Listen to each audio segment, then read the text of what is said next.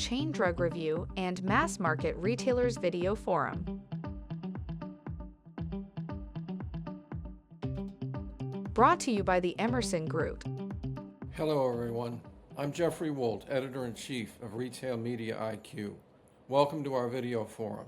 Today we're here to talk about Cencora's Marketplace program, which is designed to help independent pharmacies with their front-end business. We have as our guests Jenny Zilka, who is President of Good Neighbor Pharmacy, and Jay Dombey, Senior Vice President of Strategic Solutions at Cencora. Welcome both. Thank you. Good morning, thank you. Jenny, let me begin with you and ask what prompted you guys, Good Neighbor and Cencora, to create this marketplace, and what is it going to do for the independent pharmacy? Yeah, thank you, Jeff, for the question. Well, you and I have spoken a few times about how highly accessible our independent pharmacies are throughout the country, all throughout the U.S., whether they're in rural markets, in urban underserved markets, et cetera, and the amazing care they take of their patients. However, it's less commonly noted that along with their regular medications, patients also really want convenience. They want to be able to purchase products like over-the-counter medications, supplements, beauty, personal care, even groceries at their pharmacy, so they can make it a one-stop shop and be able to have that convenience along with that high level of patient care. And it's a great opportunity for our pharmacies to diversify their revenue streams beyond just filling prescriptions. So what we learned, and we embarked on a fair bit of research with our pharmacies to really understand what and how we could help them with this and what their needs were. And we learned that sourcing those consumable products, those front of store products, can be a really immense undertaking for a small independent pharmacy. You know, they have to determine, first of all, what's a good fit for their patients, what's popular, what people are purchasing, and then they have to find those products and order them, receive them separately, et cetera. So having embarked on the research, we created very much a customer-driven solution because we incorporated every bit of feedback they gave us. And the goal is to make stocking those consumable products sustainable for our independent pharmacies. Make it easy for them to do that while catering to the unique wants and needs of their patient base and their demographic. So the result was, as you said, Cencora Marketplace, which we were really proud to launch in 2023, in August of 2023. And the goal, again, is just to really provide these independent retail pharmacies, like the ones in our Good Neighbor Pharmacy Network, of course, but a comprehensive OTC solution, not only access to the products, but also in the Good Neighbor Pharmacy Network, access to the merchandisers to help them place those products in a way in the store where their patients see them and can really ramp up that convenience factor for their patients. Jay, maybe you could tell me how you're leveraging Cencora's distribution capabilities to help independents achieve the goals that Jenny was discussing. So one of the interesting things that we really thought about when building this solution is how do we take all of these sorts of items that help address this for front of store for customers, and how do we get them to them? Because the fact of the matter is our distribution network isn't built to carry Christmas trees or necessarily large televisions or candy or the types of things that this large variety of stores would want to sell. So none of these items actually touch our distribution centers. We partner directly with all of the suppliers through our marketplace, and these shipments come directly from our suppliers. But to Jenny's earlier point, right, when we were addressing the challenges here, we really heard a lot from, I've got 50 other suppliers for all of these other front of store things. I have difficulty managing that. I have to spend hours shopping and not knowing, should I trust this new supplier in my system? So we really took a framework and thought about so here are the problems that we hear. How can we solve these for these OTC needs for these pharmacies? And, let's create a trusted network. It's a challenge for me to vet 50 different suppliers. Well, let's look at all of them and bring them into our system and give them the same sort of scrutiny that we give other suppliers.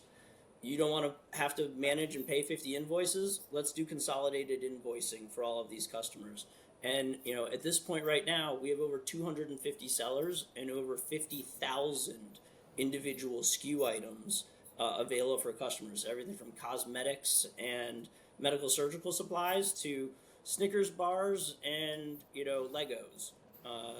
All the sorts of things that the unique needs that these pharmacies kind of address. And are you aggregating the buying power of independent pharmacies? Exactly. By doing so and bringing this together, we're able to aggregate that demand.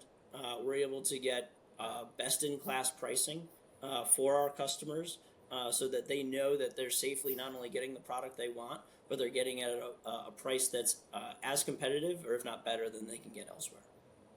And Jenny, maybe you could comment on how this service will figure in the future of independent pharmacies. How will it change their approach to the business?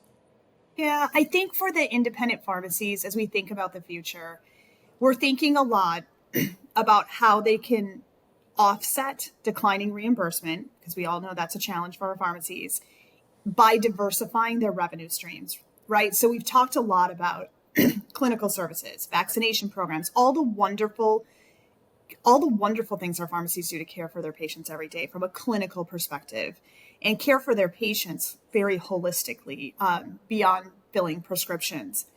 However, while there's opportunities in that clinical space, we know that it varies state by state currently. So that's a challenge for many in states. So we're really focused on these opportunities and these vehicles and these avenues to help them diversify their revenue streams. And what's really interesting, Jeff, is we recently did research on how consumers and patients are thinking about brick and mortar pharmacies and digital pharmacies. There's a lot of industry speculation around disruptors and digital pharmacies and what mail order could mean. And the research that we've conducted to kind of map what we think the future of retail pharmacy looks like showed us that it really highlighted for us the enduring relevance and the value of brick and mortar stores in relationships between patients and their pharmacists. So the patients spoke pretty loudly in the research and said, we appreciate the expertise. We appreciate the assistance. We want to visit the store. We want to walk in and talk to our pharmacists and their team. We trust them implicitly. So that's kind of where we back that convenience factor. And if they're coming into the pharmacy already for that high level of care, let's help them be able to purchase products that they can take out into their daily life and make it easy for them to stock and continue to build upon that front of store experience because patients really want that from them. And it's a great opportunity for them. And I'll share with you, I spent years out in the pharmacies working directly with them as a business coach. And in some of the rural markets, they would source gifts for, say, a baby shower or a kid's birthday, right? And they would do that on their own. And some of them would do such a phenomenal job. I would often leave with like things in my suitcase to take back because they did such a great job of doing that. We're here to help make that easier and expand beyond some of those sections that they have, because in some of those rural markets, they are the primary healthcare provider first and foremost, but this also gives them an opportunity to carry that well beyond the care that they're taking. How do you guys go about helping them find the right assortment for their particular store? You hit on one of the crux of one of the challenges there. We have, as Jenny said, some of our GNP pharmacies, they're just really good at this already. They've focused on it, they've grown it. And how are we helping those achieve better results, but also the stores that may not have gotten there yet? We've really taken on this mantra of making the front end retailing easier to help them drive their profitability. And we do this through a variety of ways, right? Someone just wants to pop onto the site, they can receive inspiration ideas by browsing just the custom curated homepage. Or if they want to start going deeper, we have education sections where we bring in outside guidance from a complete retailer hub so that they can be educated. And not only some of that's driven by their own peers, the other GNP stores that are have figured this out to in their businesses already and seen success. None of this is from outside vendors that we partner with in order to help educate.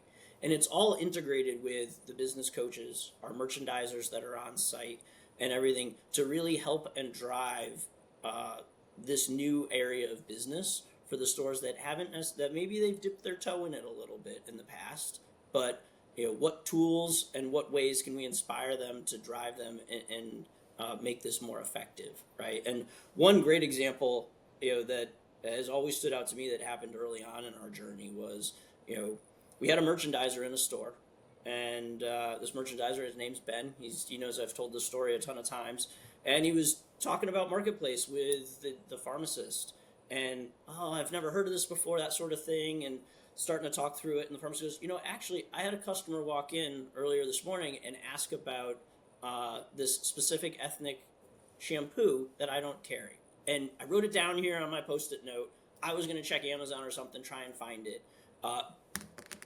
Couple taps, boom, there it was, right in our Marketplace. And within minutes, that pharmacist had ordered it through the platform, and it would be there in a couple days so that she could provide it to her customer. And those are the sort of anecdotes and examples of how just those little things are creating solutions and stickiness to help support our GNPs. And Jenny, how have customers responded to the program, the Good Neighbor customers? And I guess this is available to all independent drugstores, am I correct? That's correct. And they react, and we really started on the journey with our Good Neighbor Pharmacy members, and they really helped us kind of chart this path forward. They've reacted very favorably. They're excited about it. I think, as Jade mentioned, some of them are really good at it. And then there's others who go to a show and they buy a beautiful display and they put it out there, but sustaining it is the hard part. Like that's, cutting in new products, knowing what's coming out, ensuring that they're selling through it and they've got reorder points, etc. So the goal is to make it easy. But we really leveraged their feedback and we evolved from when we launched it in 23 to where we are now, truly based on their feedback. So it's been very favorable. In fact, I'll let Jay share because this is kind of his story to tell. But some of our own pharmacies are selling their products on the Marketplace because of some of the innovative products that they've created. So they've reacted very favorably. I think there's a little bit of getting comfortable with the platform.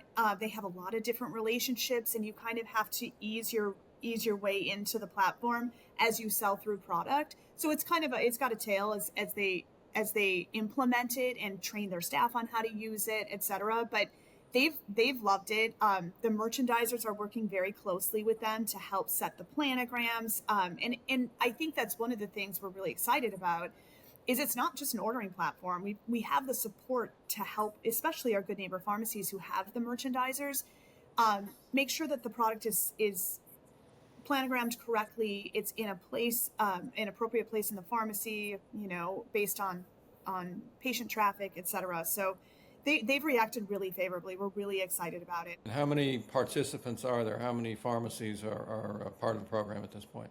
All of our pharmacies have access to it. So we have over 10,000 pharmacies. That's not also including the health systems and our physicians clinics that we've now started as our sort of phase 2 in terms of customers. But all of our independent customers have access. And, working with Jenny and team on the GNP side has been an incredible partnership for us at this point. We are very proud of the fact that the Marketplace is one of our highest internal customer satisfaction rates at over 87% from a trending standpoint, and a strong NPS score of 54 as well. And to tie back to a comment Jenny made, this has been an evolution, and it is a constantly evolving and changing system. And what I mean by that is, it is customer designed, and we are constantly receiving feedback from customers on everything from as small as, hey, it'd be great if this changed this color a little bit to highlight something to bring more closely to me, or, hey, I want to make my front end more profitable. Can you put profitability next to the items for me and let me filter and sort on those? Done. We did that, right? To Jenny's point about planograms and learning, right? We now have a feature on there that allows folks to shop by planogram.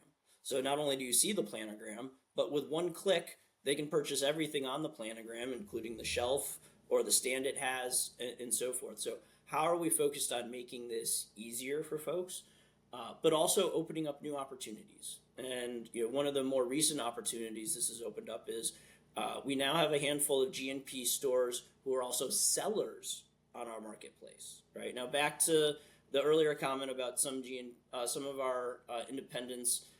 They're all entrepreneurs at the end of the day, right? And some of these folks have started their own private label brand of either. We have one doing nutritions.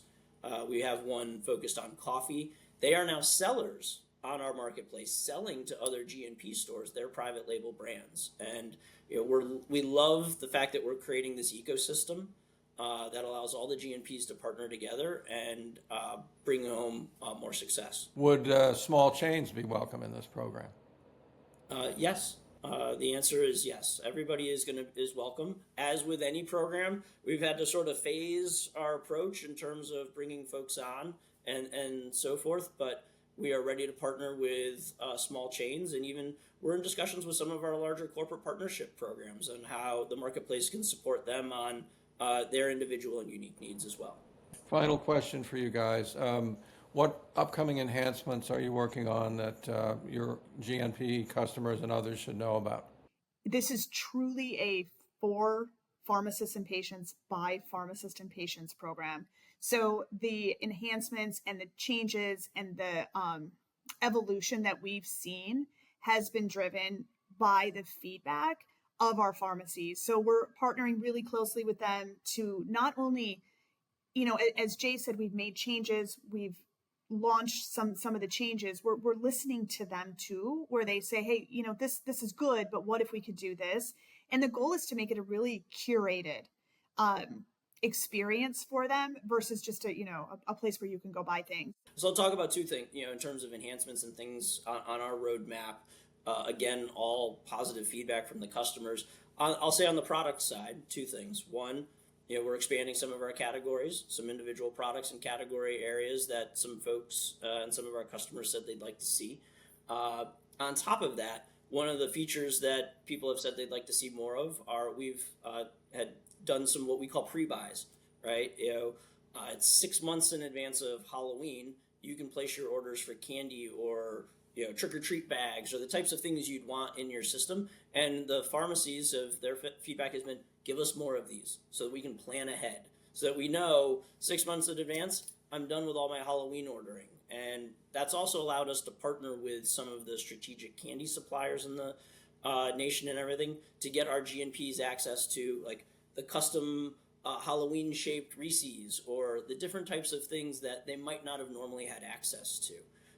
And I'll say from a technology standpoint, two of the things that we're very focused on that have been feedback from the customers are that helps them retail, price stickers and shelf labels, right? So they can quick reorder and when their order comes through, they hit the button and all their price stickers and all their reordering labels print right out. So then it's on their shelf and they can click and get that more quickly, as well as point of sale integrations. How can we do that more effectively? Again, it's been a journey, and we will continue to listen to the customers and evolve the system to meet their needs. It's an exciting program, and I'm sure our audience will be very interested in hearing these details about it. So thank you both for your time. It's been a pleasure. I appreciate it, Jeff. Thank you you very much.